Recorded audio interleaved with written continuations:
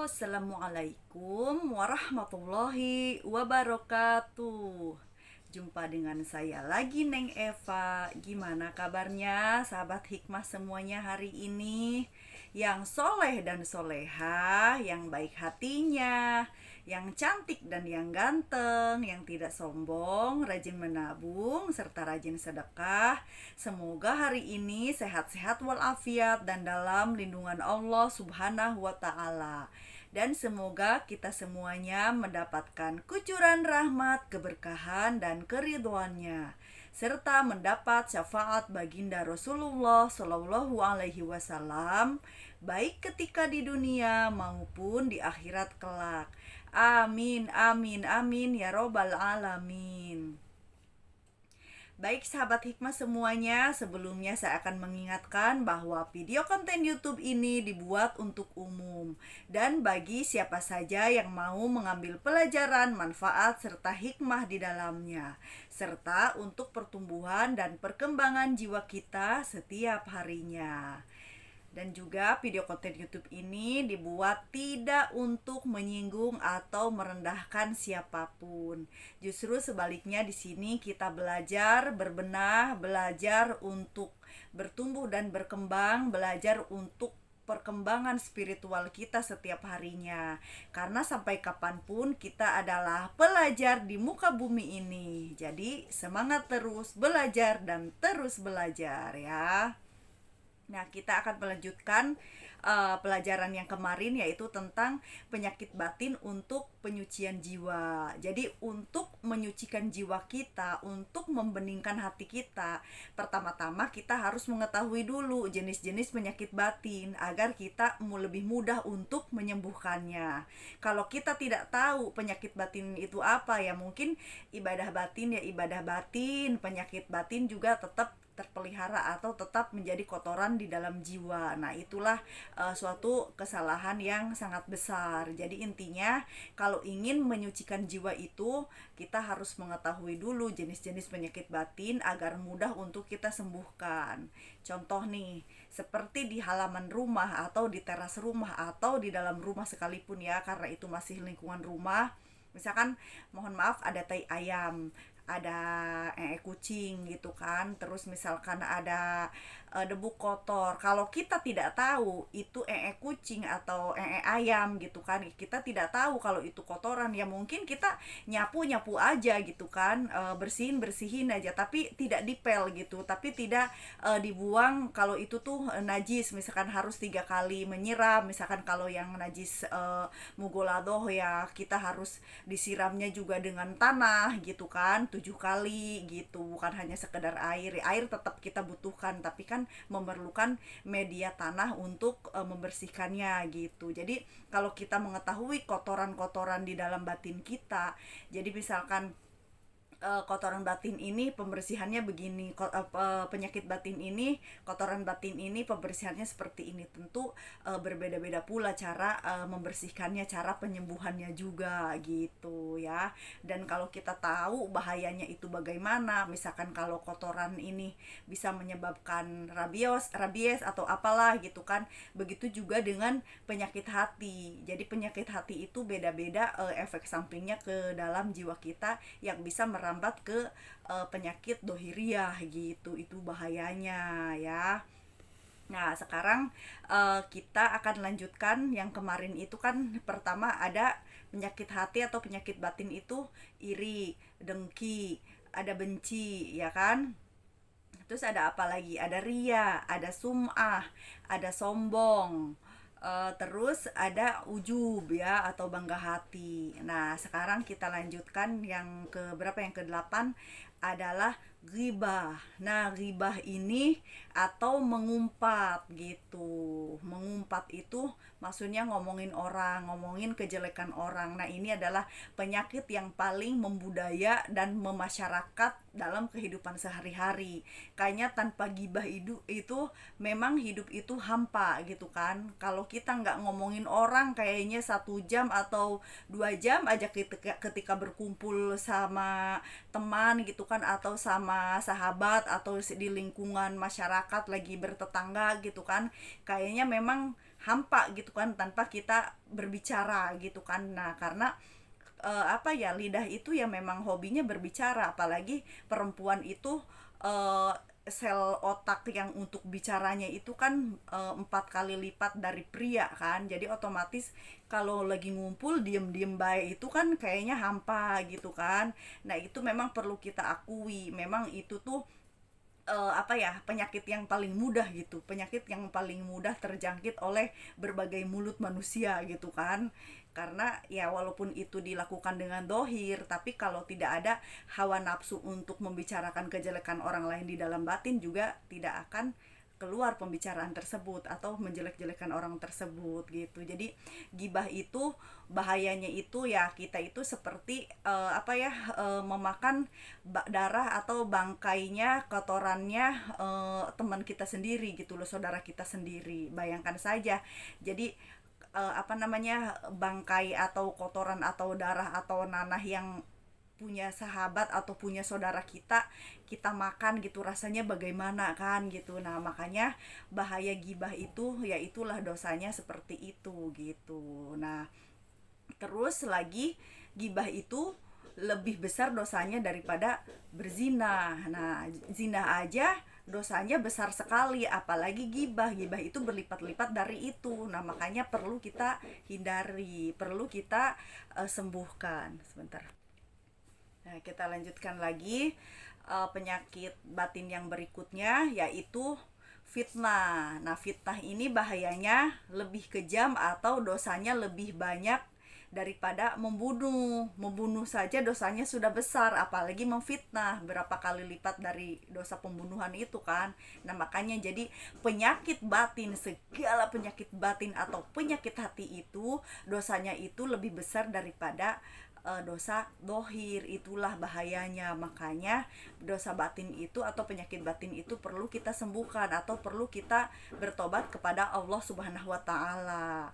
Jadi kalau misalnya kita ngomongin orang, benarnya saja itu termasuk gibah. Nah, kalau salah atau kalau misalkan itu tidak benar, itu akan menjadi fitnah terhadap seseorang gitu. Jadi gibah dan fitnah juga beda tipis, namun apa namanya, beda konteks ya. Kalau gibah itu menjelek-jelekan orang tapi memang sesuai kenyataan, tapi kalau fitnah itu menjelek-jelekan orang yang mana orang lain itu belum tentu melakukannya atau tidak melakukannya, menjadi fitnah gitu. Nah, berikutnya yang ke-10, dosa batin yang sangat berbahaya juga adalah marah atau godob ya. Marah ini kenapa sangat berbahaya? Karena memang marah itu membuat apa namanya, merusak hati. Jadi hati itu bisa menjadi gelap seketika gitu.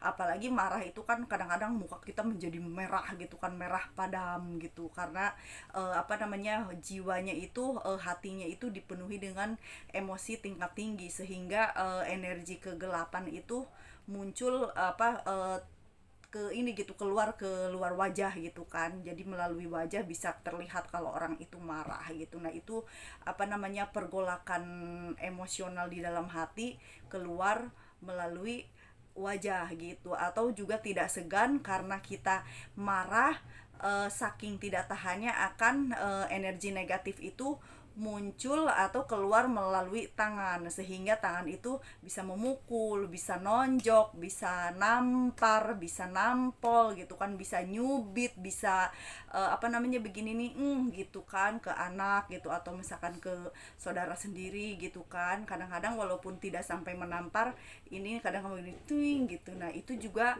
efek dari energi negatif marah gitu ya. Nah yang berikutnya adalah, tadi marah udah, adalah yang paling bahaya juga yaitu toma ya. Toma ada atau tamak. Tamak adalah serakah gitu. Serakah itu selalu ingin mendapatkan lebih atau merasa kurang dan ingin lebih gitu. Misalkan dapat rezeki satu, rasanya pengen dua, sudah dua pengen tiga, tiga pengen empat, empat pengen 10. Nah itu namanya serakah atau toma. Nah itu toma itu, sebentar, Atau toma ini dalam tingkatan ahli tasawuf lebih meningkat lagi. Toma itu adalah mengharapkan pemberian orang lain. Nah, jadi kalau misalkan toma ini tergantung derajatnya juga sih, tergantung posisinya ya. Tapi kalau misalkan untuk para salikin atau orang awam gitu kan, toma itu ingin mengharapkan lebih gitu karena atau merasa kurang karena ingin lebih gitu atau ingin mendapatkan lebih. Tapi kalau meningkat lagi ke ahli tasawuf yang lebih tinggi lagi, toma itu adalah merupakan merupakan apa sih namanya lebih lebih bahaya lagi dari itu gitu. Jadi tergantung posisi kita itu adanya di mana gitu. Jadi merupakan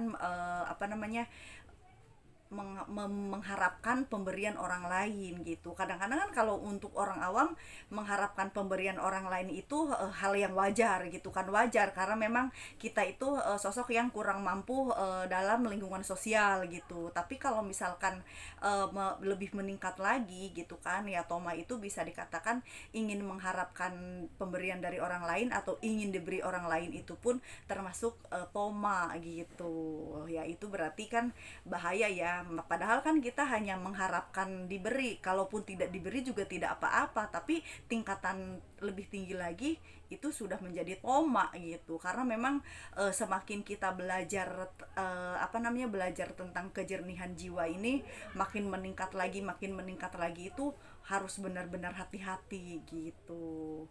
Nah, untuk selanjutnya penyakit batin yang paling bahaya. Mohon maaf, ada gangguan teknis sebentar. Nah, tadi kita udah bahas tentang toma ya, tentang toma atau serakah atau tamak gitu. Karena menginginkan banyak atau menginginkan lebih atau mengharapkan pemberian orang lain dalam tingkatan tertentu yang lebih tinggi lagi gitu. Nah, berikutnya adalah penyakit batin yang paling bahaya juga adalah bakhil.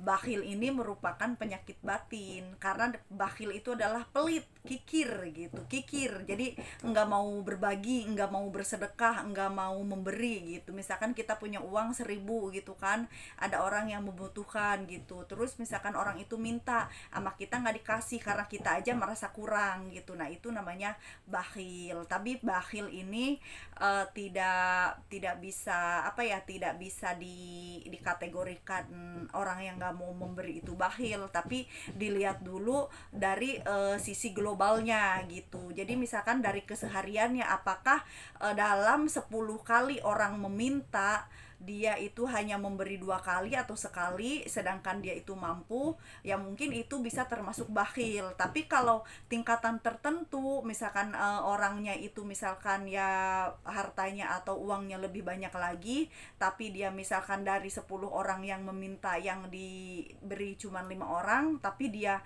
bergelimang harta, ya itu juga bisa disebut bakhil. Jadi bakhil ini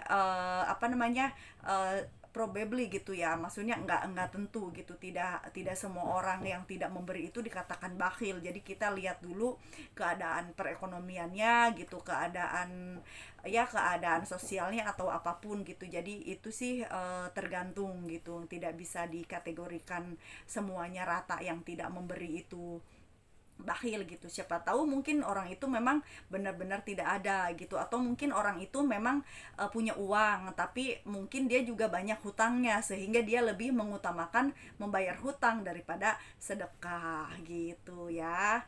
Nah, semoga bisa difahami. Itulah macam-macam penyakit batin dan juga bahayanya ya. Saya mohon maaf kalau ada kekurangan dan kesalahan dalam menyampaikannya, karena saya hanya manusia biasa yang belajar dan terus belajar. Ambil baiknya dan buang buruknya, dan juga semoga bermanfaat. Minal aidin wal faidin, mohon maaf lahir dan batin. Wassalamualaikum warahmatullahi wabarakatuh. Orang baik pandai mengambil hikmah, sehat lahir dan batin is the best.